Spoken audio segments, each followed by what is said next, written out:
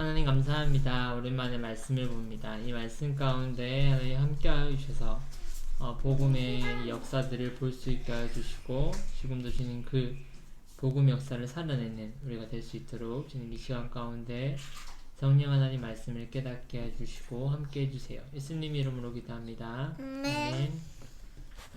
7장.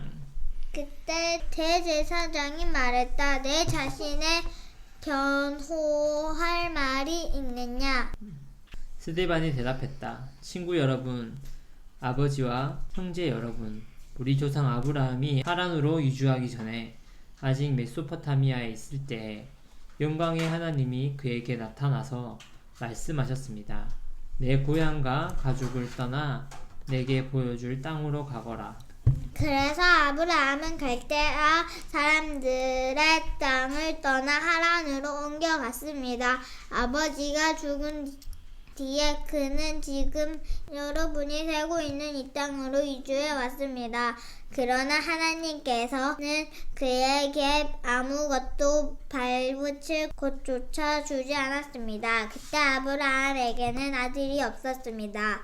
그런데도 하나님은 후에 이 땅을 그와 그의 아들에게 주시겠다고 약속하셨습니다. 하나님은 그의 후손이 낯선 땅으로 이주하여 거기서 400년 동안 종이 되어 간혹한 대우를 받을 것을 그에게 알려주었습니다. 그러나 하나님께서는 내가 개입하여 너희를 종으로 삼은 자들을 처리하고 내 백성을 이끌어내어 이곳에서 나를 예배하게 할 것이다 하고 말씀하셨습니다.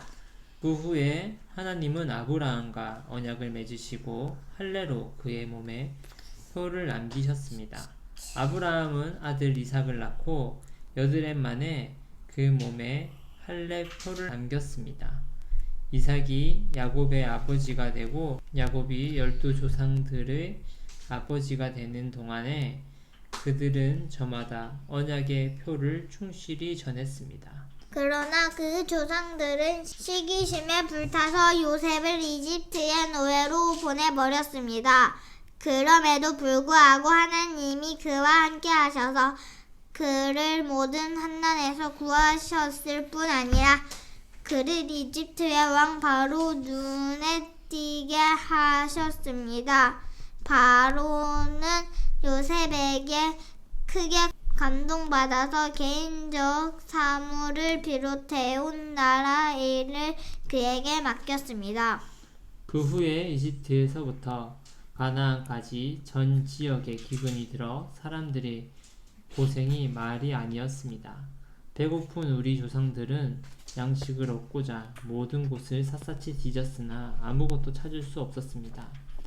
야곱이 이집트에 양식이 있다는 말을 듣고는 우리 조상들을 보내어 알아보게 했습니다. 조상은 소문이 사실임을 확인한 뒤에 그들은 양식을 구하려고 이집트로 다시 갔습니다. 그 방문 때 요셉은 형들에게 자신의 정체를 밝히고 야곱 일가를 바로에게 소개했습니다. 이어서 요셉은 아버지 야곱과 75명이나 되는 일가족을 모두 데려오게 했습니다. 그렇게 해서 야곱 일가는 이집트로 가게 된 것입니다. 야곱이 죽고 그 후에 우리 조상들도 죽었습니다. 그들은 세겜으로 옮겨져 전에 아브라함이 하몰의 자손에게 충분한 값을 치르고 산 무덤에 묻혔습니다. 하나님께서 아브라함에게 구원을 약속하신 400년이 다 되어 할 무렵 이집트에 있던 우리 백성의 수가 크게 늘어났습니다. 이제 요셉에 대해 들어보지 못한 왕이 이집트를 다스리고 있었습니다. 그는 우리 민족을 무자비하게 착취했습니다.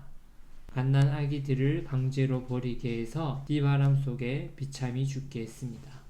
바로 그런 한때에 모세가 태어났습니다. 그는 무척 준수한 아기였습니다. 부모가 3달 동안 그 아기를 집안에 숨겼으나 더 이상 숨길 수 없게 되자 그를 밖에 내놓았습니다. 그러자 바로의 딸이 그를 구해내어 자기 아들로 삼아 길렀습니다. 모세는 이집트 최고 학교에서 교육을 받았습니다. 그는 사상이나 체력이 모두 대단했습니다. 40살이 되자 모세는 자기 종족 히브리 사람들이 어떻게 지내는지 알고 싶어 그들의 형편을 살피러 나갔습니다. 그는 이집트 사람이 히브리 사람 하나를 괴롭히는 것을 보고는 끼어들어 그 이집트 사람을 때려 눕히고 싸움에서 진 형제의 원수를 갚았습니다. 그는 히브리 형제들이 자기가 그들의 편인 것을 기뻐할 줄 알았습니다. 나아가 자신을 그들을 구해줄 하나님의 도구로 여길 줄 알았습니다. 그러나 그들은 그렇게 생각하지 않았습니다. 이튿날 히브리 사람 둘이 싸우고 있는데 모세가 틈을 말리며 그들에게 서로 사이좋게 지내도록 권했습니다. 그대들은 형제 사이인데 왜 서로 치고 싸우는 것이오? 싸움을 시작한 사람이 말했습니다. 누가 당신을 우리 책임자로서 세웠소? 어제 이집트 사람을 죽인 것처럼 나도 죽일 셈이요? 모세는 그 말을 듣고 소문이 퍼진 것을 알고는 죽을 힘을 다해 도망하여 미디안 땅에서 나그네로 살았습니다. 나그네로 살며 그는 2 아들을 낳았습니다. 40년 후 시내산 광야에서 불타는 떨기나무 불꽃으로 가장한 천사가 그에게 나타났습니다. 모세는 자기 눈을 믿을 수 없어 자세히 보려고 다가갔습니다. 그때 그는 하나님의 음성을 들었습니다. 나는 내 조상 아브라함과 이삭과 야곱의 하나님이다. 소스라치게 놀란 모세는 눈을 감고 고개를 눌렸습니다. 하나님께서 말씀하셨습니다. 무릎을 꿇고 기도하여라. 내가 있는 곳 거룩한 곳 거룩한 땅이다. 내가 이집트에 있는 내 백성의 괴로움을 보았다. 내가 그들의 신음소리를 들었다. 내가 그들을 도와주려고 왔다. 그러니 너는 준비하여라. 내가 너를 이집트로 다시 보내겠다. 이 모세는 전의 사람들로부터 누가 당신을 우리의 책임자로 세웠소? 라는 말을 듣고 거부당했던 사람입니다. 이 모세는 불타는 떨기나무 속에서 천사를 통해 불꽃을 발하시던 하나님께서 지도자와 구원자로 다시 보내신 사람입니다. 모세는 노예 생활에서 백성을 이끌어냈습니다. 그는 40년 동안 이집트 전역과 홍해와 광야에서 하나님의 표적과 이적을 베풀고 행했습니다. 이 모세는 백성에게 하나님께서 너희 후손 중에서 나와 같은 예언자 하나를 일으켜 세우실 것이다 라고 말한 사람입니다. 이 모세는 시내산에서 말하던 천사와 광야에 모인 여러분의 조상들 사이에 서서 그가 받은 생명의 말씀을 가져다가 우리에게 전해준 사람입니다. 그런데 우리 조상들은 그 말씀이 자신과 무관하다고 생각했습니다. 그들은 이집트의 옛 생활 방식을 갈망하며 아론에게 불평했습니다. 우리가 보고 따를 수 있는 신을 만들어 주시오. 우리는 인적조차 없는 이곳으로 끌려낸 모세가 어찌 되었는지 누가 알겠소. 그때 그들은 송아지 우상을 만들고 그 앞에서 희생 제물을 바치며 자기들이 대단한 종교 프로그램을 만들어낸 것처럼 자축했습니다. 하나님은 조금도 기뻐하지 않으셨습니다. 그래서 그들이 자기의 방식대로 하게 내버려 두셨습니다. 새롭게 등장하는 모든 신에게 다 예배하게 두고 그 결과를 지고 살도록 내버려 두셨습니다. 예언자 아모스는 그 결과를 이렇게 묘사했습니다. 오 이스라엘아, 너희가 40년 광야 시절 동안 내게 짐승과 곡식 제물을 가져온 적이 있더냐? 전혀 없었다. 너희는 전쟁의 신 음란의 여신에게 산당을 지어주느라 힘을 다하고 그들을 예배하느라 너무 바빴다. 그래서 내가 너희를 바벨론의 포로로 보낸 것이다. 그 기간 동안 우리 조상들에게는 참된 예배를 드릴 장막 성소가 있었습니다. 그 장막은 모세가 하나님께서 알려주신 대로 설계대로 만든 것이었습니다. 하나님이 이 땅에서 이방인들을 쫓아내실 때 그들은 장막을 가지고 여호수아를 따랐고 그 장막은 다윗의 때도 있었습니다. 다윗은 하나님께 영구적인 예배 장소를 구했고 결국 솔로몬이 그것을 지었습니다. 그러나 지극히 높으신 하나님께서 목수와 뽕이 만든 건물에 사신다는 뜻은 아닙니다. 예언자 이사야가 그것을 잘 기록했습니다. 하나님께서 말씀하신다. 하늘은 내 보좌이고 땅은 내 발이 쉬는 곳이다. 그러니 너희가 내게 무슨 집을 지어주겠느냐? 내가 물러나 쉴 만한 곳이 어디 있느냐? 내가 쉴 곳은 이미 지어져 있다. 내가 그곳을 지었다. 그런데 여러분은 계속해서 웬 고집입니까?